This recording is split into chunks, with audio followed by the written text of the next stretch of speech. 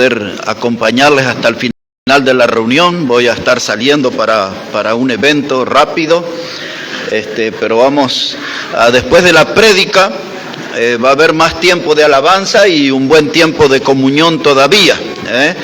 Y quiero animarles, hermanos, a que en la página de la iglesia, o si no, mañana voy a estar haciéndoles llegar el video y el audio de la prédica de ayer. Tengo mucho interés de que todos puedan estar escuchando ese mensaje que se titula Una mano en la pared.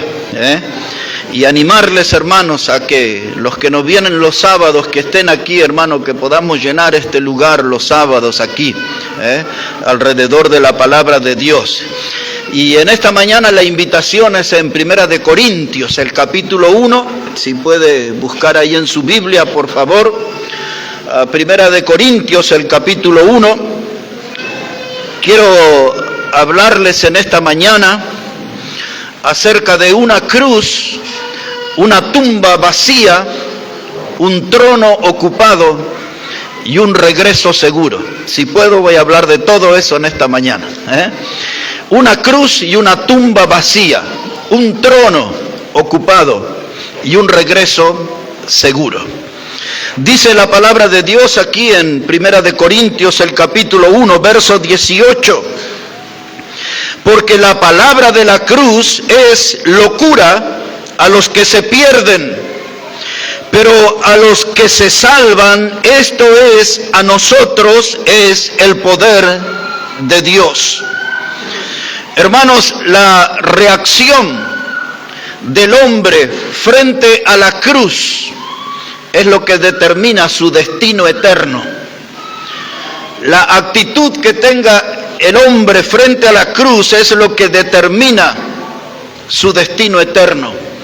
Si usted quiere permanecer en el pecado, si usted quiere seguir en el camino de la perdición, la cruz de Cristo le parecerá una locura. Por eso el texto dice que la cruz de Cristo es una locura, pero para los que se pierden. En cambio, para nosotros que ya somos pecadores arrepentidos, al ver la cruz, recordamos el poder de Dios para nuestra salvación. Son dos miradas diferentes. Aquí en Primera de Corintios, capítulo 1, y ahora el verso 23. Dice el verso 23, pero nosotros predicamos a Cristo crucificado. Para los judíos, ciertamente tropezadero, y para los gentiles, locura. Ahora, en primer lugar, dice que la cruz de Cristo para el judío es tropezadero. La palabra tropezadero en el idioma griego, como fue escrito aquí, es la palabra escandalón, de donde nosotros tomamos la palabra escándalo. Eso es lo que significa la palabra tropezadero. Pero esa palabra está hablando de una trampa, de algo que cuando usted toma contacto se activa un resorte y se activa una trampa. Esa es la palabra tropezadero. Era una trampa para el judío. La palabra tropezadero también se traduce como un obstáculo. Y ahora usted va a ver en la explicación por qué tropezadero es un escándalo, por qué es un obstáculo, por qué es una trampa. La palabra tropezadero, según el contexto, puede significar estorbo, una molestia. Y la palabra tropezadero puede también traducirse como alboroto, algo, un escándalo. Ahora, el judío no podía aceptar que Jesús era el Mesías prometido por Dios. Él no podía aceptar al verle muerto en la cruz, porque ya en el libro de Deuteronomio y luego repetido en el Nuevo Testamento en Gálatas capítulo 3 y versículo 13, dice que era maldito todo el hombre que moría en un madero.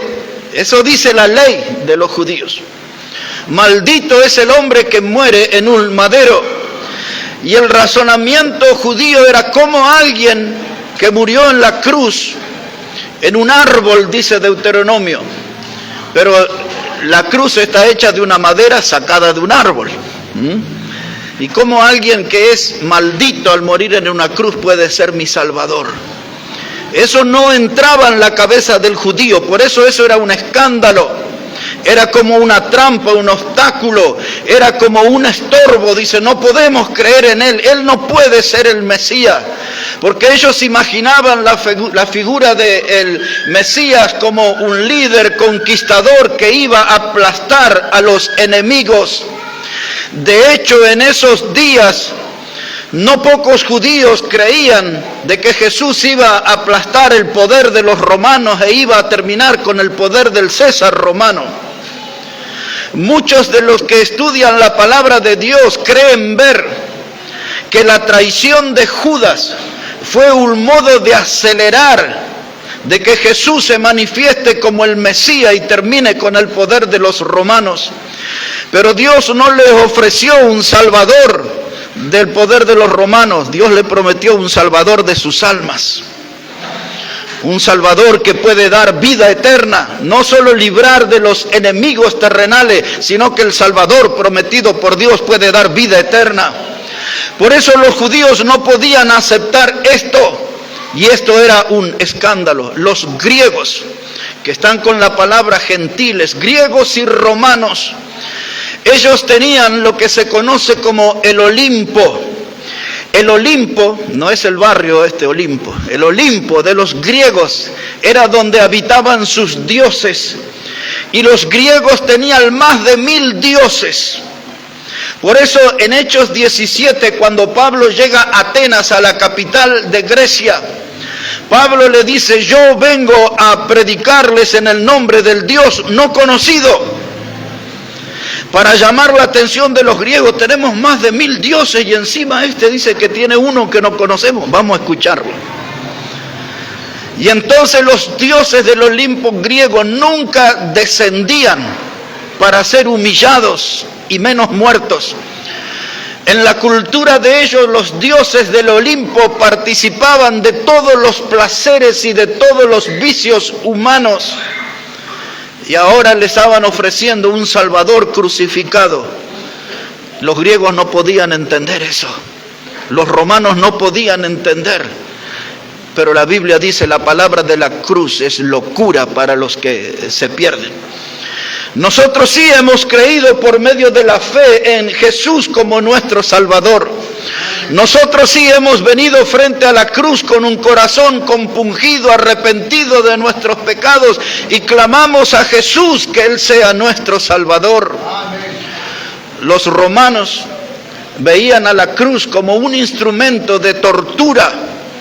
Veían a la cruz como un instrumento de sufrimiento, de someter a vergüenza a una persona y al dolor extremo. Ese era el significado de la cruz para ellos. En síntesis, un elemento de tortura. Así que esta propuesta, hermanos, esta oferta de Dios al mundo, de que Jesús a través de su muerte en la cruz puede ser el Salvador, esto era todo un verdadero escándalo, pero para ustedes y para mí, la palabra de la cruz es el poder de Dios para salvación. Porque en esa cruz vemos a Jesús, el Cordero de Dios, que ocupó nuestro lugar. En palabras de Juan el Bautista, Jesús es el Cordero de Dios que quita el pecado del mundo. Y esa ha sido nuestra experiencia. Nuestros pecados han sido lavados, han sido limpiados en la sangre preciosa de Cristo. Por lo tanto, nosotros al contemplar esa cruz, vemos el poder de Dios para salvación. Es ese pues el significado. Nadie puede ser salvo si no pasa por la cruz. Grabemos esto de nuestra memoria. Ninguna persona puede ser salva si no pasa por la cruz. Hasta podríamos animarnos a decir que la puerta del cielo tiene forma de cruz. Porque si usted no pasa por esa puerta, si usted no pasa por esa cruz, nunca podrá alcanzar la vida eterna. Ahora quiero llevarles un momento al Evangelio de Mateo, el capítulo 27. El Evangelio de Mateo, capítulo 27, y vamos a poner nuestra mirada en el versículo 26, en primer lugar. Evangelio de Mateo, el capítulo 27, y el versículo 26. Dice la palabra de Dios de esta manera: entonces le soltó a Barrabás, y habiendo azotado a Jesús, le entregó para ser crucificado.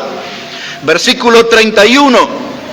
Después de haberle escarnecido, le quitaron el manto, le pusieron sus vestidos y lo llevaron para crucificarle. Versículo 35. Cuando le hubieran crucificado, repartieron entre sí sus vestidos, echando suerte para que se cumpliese lo dicho por el profeta: partieron entre sí mis vestidos y sobre mi ropa echaron suertes. Y sentados le guardaban allí, y pusieron sobre su cabeza una causa escrita: este es Jesús, el Rey de los judíos. Y entonces crucificaron con él a dos ladrones, uno a la derecha y otro a la izquierda.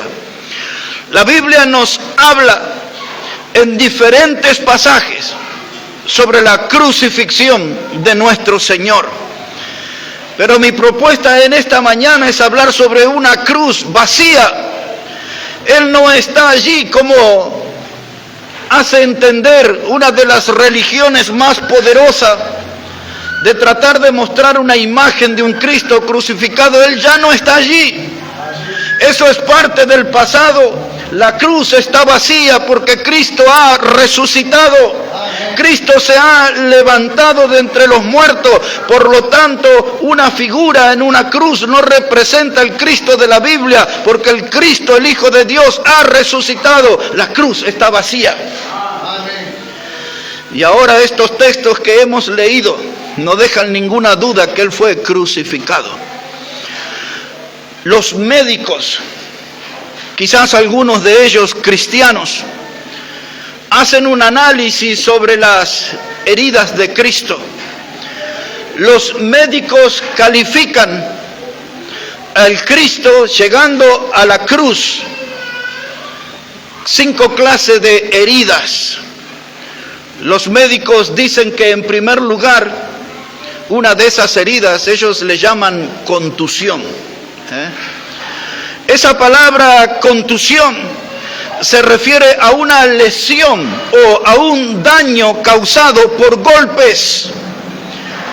Y de verdad que eso sucedió en él, porque cuando usted lee el Evangelio de Lucas, el capítulo 22, versos 63 a 65, nos cuenta cómo él fue abofeteado, y 2 veces menciona Lucas en ese pasaje, cómo el Señor fue abofeteado.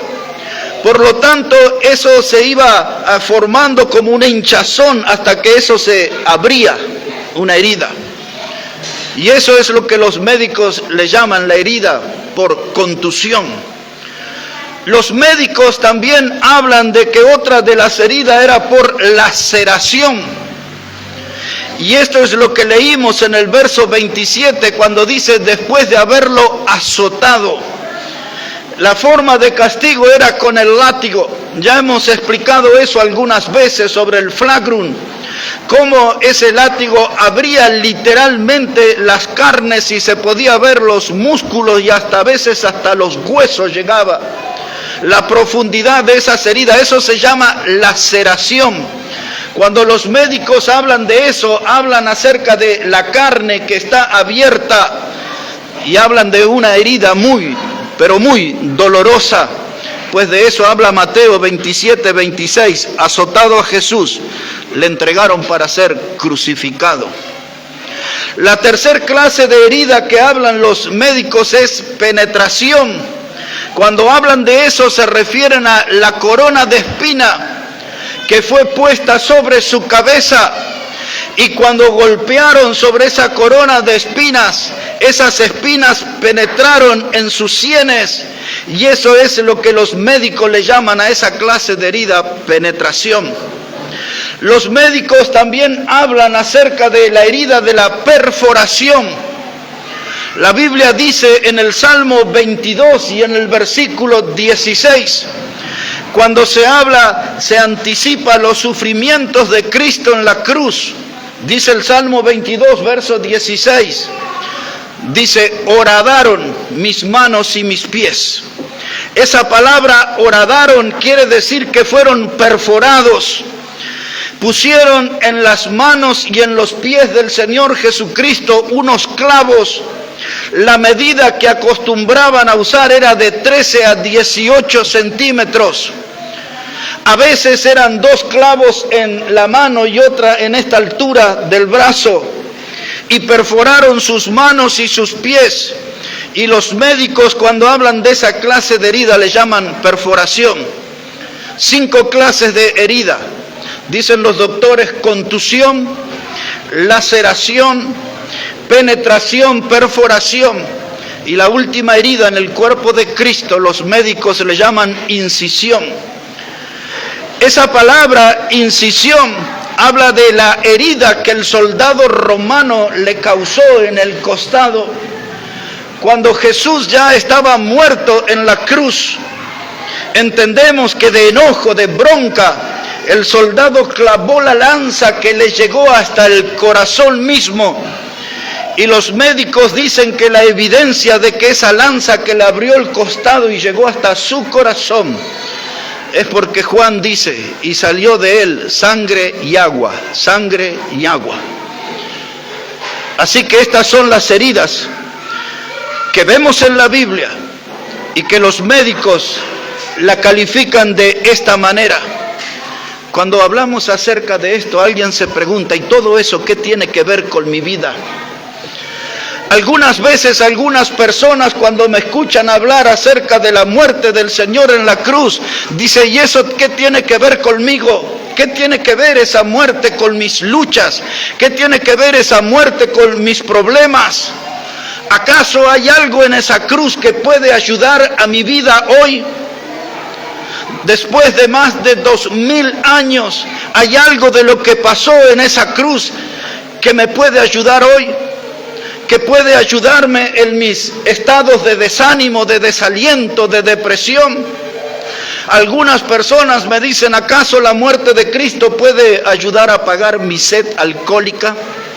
Otros atormentados me dicen, la muerte de Cristo puede liberarme de mis prácticas inmorales o de pensamientos o sentimientos de inmoralidad.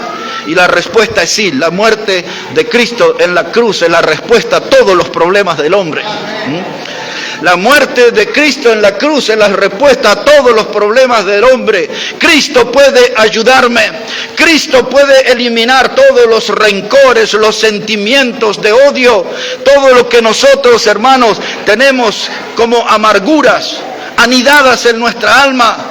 Cuando creemos en Cristo comienza una nueva vida, y esa muerte en la cruz demuestra, hermano, que tiene el poder para limpiar mi pecado y para hacerme nacer de nuevo, ser una nueva criatura y dejar todos esos problemas que acosan mi vida, que me tienen acorralado. La muerte de Cristo puede perdonar mi pecado, puede darme una salvación eterna. La muerte de Cristo puede significar el inicio de una nueva vida para mí. Y ahora entendemos la primera lectura que hicimos. La palabra de la cruz es locura para los que se pierden, pero para nosotros es el poder de Dios para salvación, dice Pablo. Y ahora Pablo, en el verso 23 que hemos leído al comienzo, nos da un buen principio para nosotros. Dice, yo hablo de Cristo y de este crucificado. Porque a veces en el cristianismo nos deliramos y hablamos de un montón de temas teológicos y de doctrinas que no conocemos, que no manejamos. Muchos cristianos dicen disparates sobre la Biblia, hablan de lo que no conocen. Pero Pablo dice, si quiere hacer algo bueno, hable de Cristo y de este crucificado. Ese tema sí tiene valor, ese tema sí tiene sentido, ese tema sí tiene relevancia, tiene gran importancia. Cristo crucificado. Pablo estaba rodeado de filósofos griegos. Él podía debatir sobre filosofías y sobre el rumbo de la historia humana, pero él evitaba todos esos temas y se concentraba en uno, hablar de Cristo y de este crucificado. ¿Por qué tanto énfasis en eso? Porque en esa cruz, como se los dije, frente a esa cruz se define nuestro destino eterno. Frente a esa cruz se define dónde estarán ustedes y yo en la eternidad. Si yo persisto seguir en mi camino de pecado, si yo persisto en no darle valor a la muerte de Cristo en la cruz, entonces esa cruz será locura para mí. Pero si yo frente a esa cruz me reconozco un pecador y le pido a Jesús que Él sea mi Salvador, entonces la cruz va a ser el poder de Dios para salvación de mi vida. La cruz. Cristo murió en esa cruz. Pero quiero que usted note por la Biblia por qué Él fue a esa cruz. Si puede mirar ahí un momento en la primera carta de Pedro, capítulo 2, y el versículo 24. La primera carta de Pedro, el capítulo 2, y el versículo 24, dice la palabra hablando de Cristo, dice: quien llevó Él mismo nuestros pecados en su cuerpo sobre el madero, para que nosotros, estando muertos a los pecados, vivamos a la justicia, y por cuya herida fuisteis sanados. Ahora, dos cosas quiero que observemos aquí. Hay mucho más, pero dos cosas nada más. Esa muerte de Cristo en la cruz tiene significado para mí hoy, en este lugar. Porque dice la Biblia que Él llevó sobre su cuerpo mis pecados. Así que esa muerte está conectada conmigo. Esa muerte está conectada con mi alma. Si yo he creído en Jesús como mi Salvador, fue el comienzo de la vida nueva. Me quité ese peso enorme, aplastante, que es el pecado que está en mí, y Él lo llevó en mi lugar. Dice, Él cargó sobre la cruz mis pecados. Y dice la parte final, y por sus heridas fuimos sanados. No está hablando de una tos, de una gripe, está hablando de la herida, del daño que nos ha hecho el pecado, del veneno mortal del pecado. Esas heridas hicieron que saliera su sangre preciosa, y esa sangre, al tomar contacto con mi pecado, me limpió, me liberó de mi pecado. Dice, y por sus heridas fuimos sanados. El pecado, dice Pablo, hablando de esto, se refiere como el aguijón y su ponzoña, el aguijón y su veneno.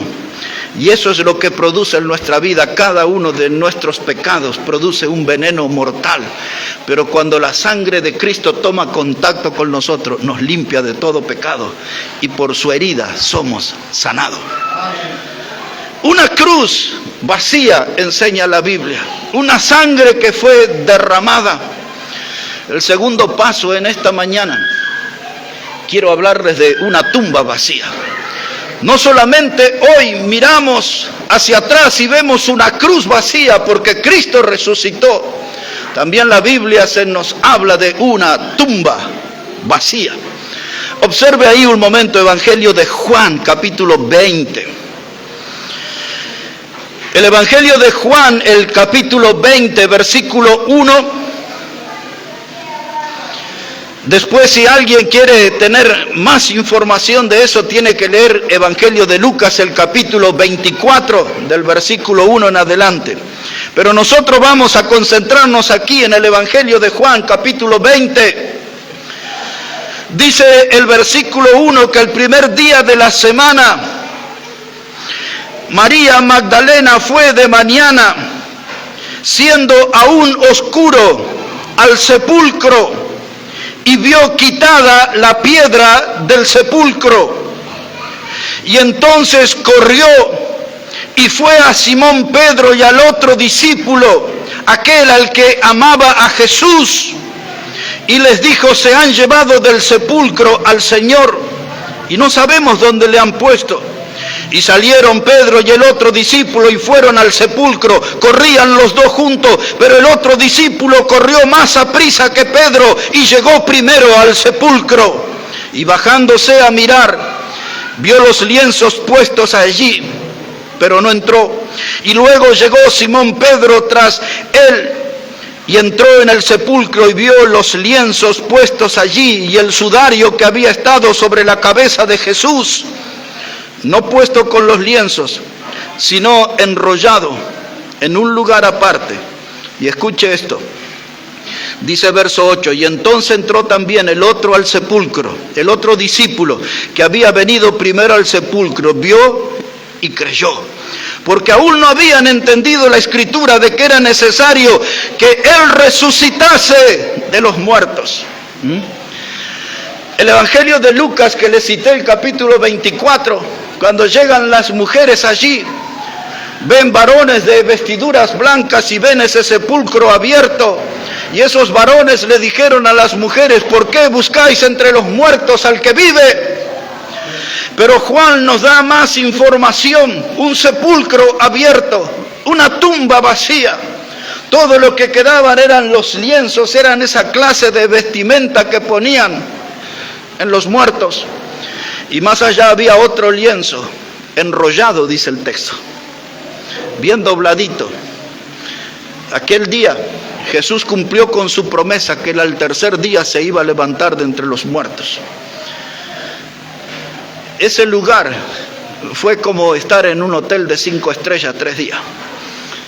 Llegó la hora, se sacó esa vestimenta que le habían puesto de muerto y con detenimiento la arrolló, la acomodó cada cosa en su lugar. Y dice: ya está. La piedra fue corrida, fue un ángel del Señor que corrió la piedra.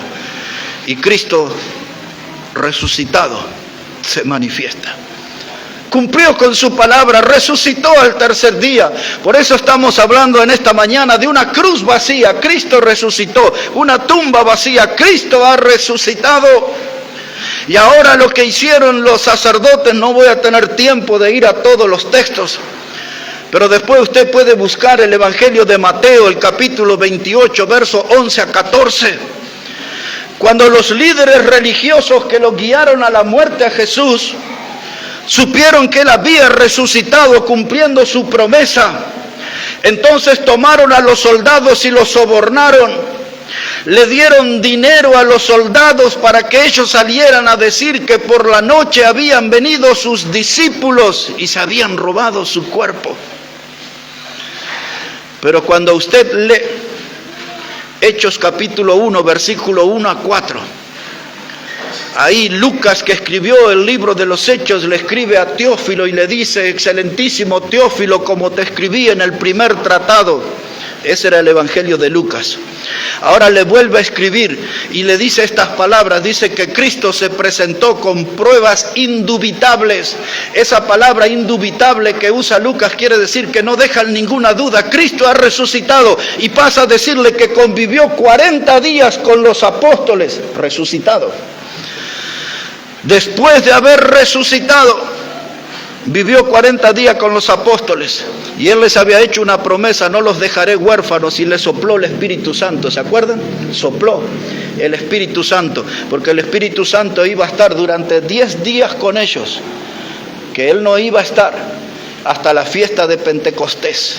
Hechos capítulo 2, dice Jesús que vayan a Jerusalén y recibiréis poder de lo alto. El Espíritu Santo iba a venir para ellos y ahora Dios iba a estar en ellos a través del Espíritu Santo. Y ahí estamos, hermanos, llevando aquí nuestro mensaje. Pero dice la Biblia en 1 de Corintios capítulo 15 del versículo 1 al 6, después de que Pablo les explica lo que era el Evangelio, que Cristo fue muerto y sepultado conforme a la Escritura y resucitó el tercer día conforme a la Escritura. Le dice Pablo, esto es el Evangelio. Si ustedes no han creído en eso y creyeron otra cosa, creyeron en vano. Pero el Evangelio es uno solo y es este: Cristo muerto y sepultado conforme a la Escritura y Cristo resucitado conforme a la Escritura. Y pasa Pablo a enumerar que al Cristo resucitado lo vio Jacobo y empieza a dar los nombres y dice, ya hay más de 500 hermanos, más de 500 de los que aún viven, que le han visto a él resucitado. Una cruz vacía, una tumba vacía. Cristo ha resucitado, el Señor ha resucitado. Ahora, en Hechos capítulo 2, voy a cerrar ese punto con ese texto. En Hechos de los Apóstoles, el capítulo 2, después del Evangelio de Juan, viene el libro de Hechos. Y observe lo que dice la palabra de Dios, Hechos capítulo 2, verso 22. Este es el sermón que Pedro y los otros apóstoles dieron en la fiesta de Pentecostés. Y observe lo que dice él. Dice, varones israelitas, oíd estas palabras. Jesús Nazareno, varón aprobado por Dios entre vosotros, con las maravillas, prodigios y señales que Dios hizo entre vosotros por medio de él, como vosotros mismos sabéis, a este entregado por el determinado consejo y anticipado conocimiento de Dios, prendisteis y matasteis por manos de inicuos, crucificándole. Y observe lo que dice la Escritura: al cual Dios levantó, suelto los dolores de la muerte, por cuanto era imposible que fuese retenido por ella. Ahí Dios da los detalles de la crucifixión, de la muerte de Cristo. Pero dice la Escritura que la muerte y sus dolores no iban a poder apoderarse de él, porque Dios le iba a resucitar de entre los muertos. Por esto, en esta mañana, con toda la autoridad que nos da la Biblia, estamos hablando de una cruz vacía y de una tumba vacía, porque Cristo vive y vive para siempre. En tercer lugar, quiero hablarles acerca de un trono ocupado. Una cruz vacía, una tumba vacía. Y ahora nos vamos a ocupar a hablar de un trono ocupado. La primera carta de Juan, bien allá casi al final de la Biblia, antes de Apocalipsis, se va a encontrar con las cartas de Juan. En la primera carta de Juan, capítulo 2, versículo 1. Primera de Juan, el capítulo 2 y el versículo 1. Dice así la palabra del Señor, primera de Juan 2, verso 1, dice, hijitos míos, estas cosas os escribo para que no pequéis. Y si alguno hubiere pecado, abogado tenemos para con el Padre, a Jesucristo el justo. Muchas veces he predicado acerca de este pasaje y después de casi 40 años descubro en esta semana que la palabra abogado que aparece aquí es la palabra paracleto en el idioma griego. Cuando Jesús le dijo a los discípulos que era necesario que él se fuera al Padre, y dijo Jesús, y yo les enviaré otro consolador. Esa palabra consolador se refería al Espíritu Santo, y esa palabra se traduce como paracleto. Eso lo sabía bien, pero lo que no sabía es que la palabra abogado se traduce como paracleto. Y esa palabra paracleto significa alguien que fue llamado a ayudar. Cuando el Espíritu Santo vino a nuestra vida, vino para ayudarnos. El Espíritu Santo era una persona llamada para ayudarnos. Y ahora la Biblia dice que tenemos un abogado con la misma función, está puesto en ese lugar para ayudarnos. La palabra de Dios nos dice, hermano, que Jesús está allí como abogado para con el Padre. El trono de Dios, el Señor al lado del trono del Padre, un trono ocupado para un ministerio, para una función. Él es nuestro abogado. Y ahora usted se pregunta, ¿para qué quiere un abogado? ¿Para qué necesita un abogado? Y yo estoy aquí para decírselo. Entre otras cosas, porque dice Apocalipsis el capítulo 12 y el versículo 10, dice que se alegren los cielos, porque el acusador de nuestros hermanos ha sido expulsado del cielo. Se refería al diablo. Y dice, el que nos acusaba de día y de noche. Y ese es el trabajo del diablo. Por eso cuando alguno de ustedes se anima a acusar a otro hermano, usted está haciendo el trabajo del diablo. Eso no es de un cristiano, eso es del diablo. Su trabajo era acusar a los hermanos de día y de noche. Y todavía, hermanos, el diablo se presenta delante de Dios y dice, mira a ese Héctor Catani que predica ahí. Mira este pecado. Y te recuerdo, Dios, este otro pecado. Y este otro. Y ahí está el abogado y dice, no hay problema, mi sangre preciosa ya le limpió todos sus pecados. ¿Entiende para qué necesitamos un abogado? Cuando el diablo nos acusa, Cristo recuerda la obra en la cruz y nosotros hallamos refugio en esa obra. Nuestros pecados han sido borrados, han sido perdonados, han sido limpiados en su sangre preciosa. El diablo puede acusarnos todo lo que quiera, pero la sangre de Cristo nos limpió de todos nuestros pecados. Así que entiende por qué precisamos este abogado. Un poco más. ¿Recuerdan el libro de Job? En el capítulo 2, verso 3, Dios le preguntó al diablo, ¿de dónde vienes? Que no le pregunte eso a los hermanos, ¿no? ¿De dónde vienes? Y el diablo le dijo, vengo de dar una vuelta por el mundo, porque andan muchos hermanos por el mundo, en la mundanalidad, en la carnalidad. Por eso digo, mejor que Dios nos pregunte de dónde venimos.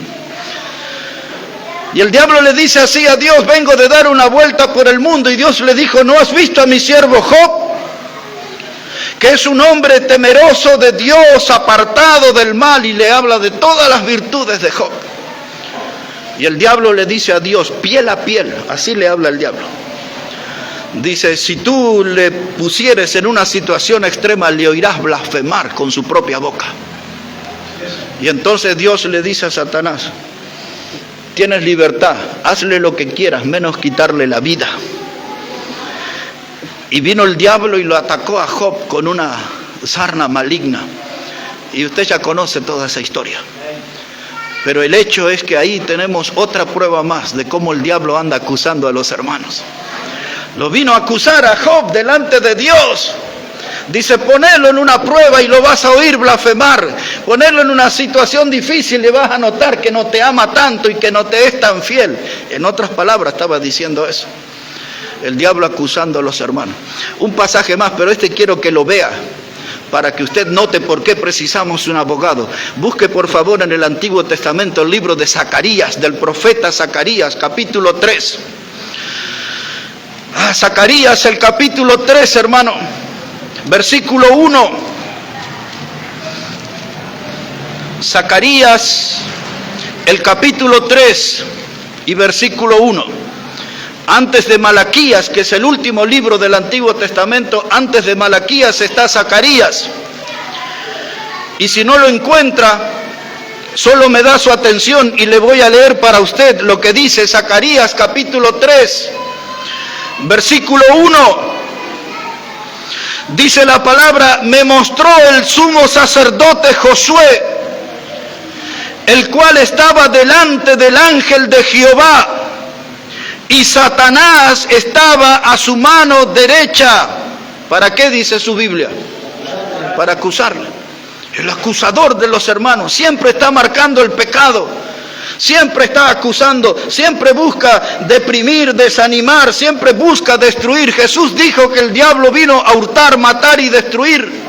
Cuando dice que vino a hurtar, nos está enseñando, entre otras cosas, que el diablo es un ladrón del gozo.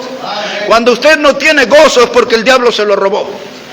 Él vino a robar, a hurtar, y ahora ahí estaba Josué, el sacerdote, estaba vestido con ropas viles, ropas comunes, y el diablo acusándole al sacerdote. Observe cómo sigue la historia, verso 2. Y dijo Jehová a Satanás: Jehová te reprenda, oh Satanás. Jehová, que ha escogido a Jerusalén, te reprenda.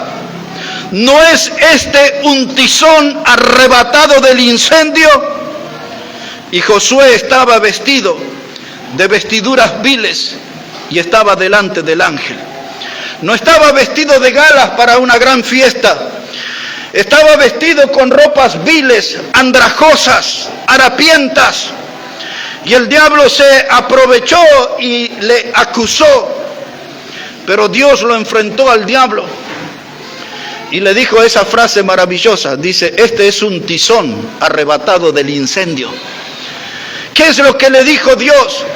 Es lo mismo que dice acerca de nuestras vidas, porque nuestras vidas son como ese tizón arrebatado del fuego, arrebatado del incendio. Nuestras vidas sin Cristo se estaban quemando. Nuestras vidas sin Cristo estaban sintiendo el calor de las llamas del infierno. Ese camino pecaminoso nos depositaba directamente al infierno, pero Cristo se cruzó en nuestro camino, nos rescató, nos salvó y salimos de ese fuego medio chamuscado, medio quemado, pero aquí estamos. Somos como ese tizón arrebatado del infierno. Cristo nos salvó, hermano. Y Dios usó esa frase para decirle: ya lo has lastimado bastante a Josué, y a todos nosotros el diablo nos ha lastimado. Todavía estamos medios quemados, pero no estamos consumidos. Fuimos arrebatados del incendio y librados del incendio mayor, que es el fuego eterno del infierno. Y aquí estamos por la obra de Cristo. Una tumba vacía, una cruz vacía y un trono ocupado por un abogado que es nuestro mediador, es nuestro intercesor. Lo necesitamos cada día para que Él nos defienda delante de Dios de las acusaciones del diablo. Hay mucho más para decir, pero quiero llegar al último punto en esta mañana para hablarles de un regreso seguro. Una cruz vacía, una tumba vacía, un trono ocupado. Y ahora hablaremos sobre un regreso seguro. Es el regreso de Cristo Jesús. Busque ahí en el libro de Hechos de los Apóstoles. Otra vez vamos a Hechos, capítulo 1, y ya entramos en la parte final de nuestro mensaje. Hechos, el capítulo 1. Recuerde, es el final del mensaje, pero no de nuestra reunión, porque después de la prédica habrá mucho más alabanza y seguramente habrá lectura bíblica y buena comunión aquí en este lugar. Dice la palabra de Dios, Hechos de los Apóstoles, capítulo 1, versículo 9. Ya Cristo había muerto y había resucitado. Ya había vivido 40 días con los apóstoles. Y ahora dice la palabra de Dios en el versículo 9. Dice: y habiendo dicho estas cosas, se refiere a Jesús. Dice: y habiendo dicho estas cosas, viéndolo ellos eran los apóstoles, fue alzado y le recibió una nube que le ocultó de sus ojos. Y estando ellos con los ojos puestos en el cielo, entre tanto que él se iba, he aquí se pusieron junto a ellos dos varones con vestiduras blancas, los cuales también les dijeron: varones Galileo, ¿por qué estáis mirando al cielo? Este mismo Jesús que ha sido tomado de vosotros al cielo, así vendrá como le habéis visto ir al cielo. Un regreso seguro. Imagine, ahí estaban los apóstoles hablando con Jesús. Ya había resucitado el Señor, 40 días compartió con ellos. Y en medio de esa charla empiezan a notar que él es alzado, levantado en una nube, y empieza a alejarse de su mirada, y ellos mirándolo como iba entrando al cielo. Y de pronto dos varones de vestidura blanca le dicen: ¿qué les pasa? ¿Qué les pasa? ¿Qué estáis mirando al cielo? Y le dicen estos varones, que eran ángeles sin duda alguna, y le dicen: este mismo Jesús, el mismo Jesús que estuvo con ustedes, que murió en la cruz, que resucitó, que compartió este tiempo con ustedes, el mismo Jesús, así como lo habéis visto ir, regresará. Se fue en nubes, y en nubes volverá. Si quiere tener el detalle exacto, tiene que leer 1 Tesalonicenses 4, del verso 13 hasta el 18, para tener el paso a paso de cómo será ese regreso. Pero nos detenemos ahora en esa expresión, el mismo Jesús. Porque en el Evangelio de Mateo capítulo 24, él advirtió de la presencia de los falsos profetas, y que muchos dirían: allí está el Cristo, y allá está el Cristo, y él dice: no salgan a verlo. Porque el Cristo verdadero, el Hijo de Dios, él vendrá en las nubes, y veremos sus manos perforadas por los clavos, y veremos sus pies perforados por los clavos, y veremos sus sienes con esas heridas hechas por la corona de espinas y la caña con que le golpeaban encima, y veremos su costado abierto, en la abertura que le hizo la lanza del soldado romano cuando él estaba en la cruz, su ropa teñida en sangre. El mismo Jesús, el mismo, inconfundible, le veremos. La Biblia dice que eso sucederá en un abrir y cerrar de ojos. Y para los más nuevos en este lugar tengo que decirle: no hace falta que se cumpla ninguna profecía. El mismo Señor puede venir en esta misma mañana, porque todo está y nosotros le estamos esperando. El último texto para el final de nuestro mensaje está en Filipenses capítulo 3. Si puede ir más adelante en la escritura, Filipenses el capítulo 3 y el versículo 20. Ese es nuestro versículo final de este tema de una cruz vacía, una tumba vacía, un trono ocupado y un regreso de Cristo seguro. Mire cómo lo cuenta aquí Pablo, Filipenses 3, verso 20. Dice: mas nuestra ciudadanía está en los cielos, de donde también esperamos al Salvador, al Señor Jesucristo. Dos grandes verdades aquí. Dice: nuestra ciudadanía está en los cielos, de donde esperamos a nuestro Señor Jesucristo. No esperamos que Él resucite, porque ya lo hizo hace 2000 años atrás. Ahora lo que esperamos es que Él venga desde arriba. Él vendrá desde los cielos, y aquellos que participarán de ese encuentro con Él en las nubes, como enseña la Biblia, son aquellos ciudadanos del cielo. Si usted tiene su tarjeta, su documento boliviano, eso no alcanza. Pero si usted tiene a Cristo como el Salvador en su vida, ahí estará frente a Él. Ahí estará. Si tiene el DNI argentino, eso no le alcanza. Pero si tiene a Cristo como el Salvador, ahí estará frente a Él. Ciudadanos del cielo. ¿Cómo logramos nosotros ese título, ciudadanos del cielo? Dice Pablo: porque nuestra ciudadanía está en los cielos. Y usted dice: pero ¿cómo? Yo nací en Oruro. Pero si tiene a Cristo, es ciudadano del cielo. Ciudadanía del cielo. Cristo nos salvó, nos limpió con su sangre preciosa todos nuestros pecados, nos dio una salvación eterna, y como garantía de esa salvación, dice Pablo en Efesios capítulo 1 versículo 13, dice: habiendo creído en el evangelio de nuestra salvación, fuisteis sellados con el Espíritu Santo de la promesa. Y ese sello del Espíritu Santo es la garantía de que somos ciudadanos del cielo. Ese sello del Espíritu Santo que recibimos cuando creímos en Jesús como el Salvador es el que asegura nuestra salvación. Es el sello legal de que somos hijos de Dios. La presencia del Espíritu Santo. ¿Está usted 100% seguro que el Espíritu Santo está en usted? Porque si hubiera alguna duda en usted, o si usted me dijera en esta mañana, yo no tengo ese sello, pues entonces tiene que mirar a la cruz, donde Cristo murió hace 2000 años atrás. La Biblia dice, y lo hemos leído, Él cargó nuestro pecado y lo llevó sobre el madero. Él allí ha llevado nuestro pecado. Y la Biblia dice que Él derramó sangre preciosa. Y la Biblia asegura que la sangre de Cristo nos limpia de todo pecado.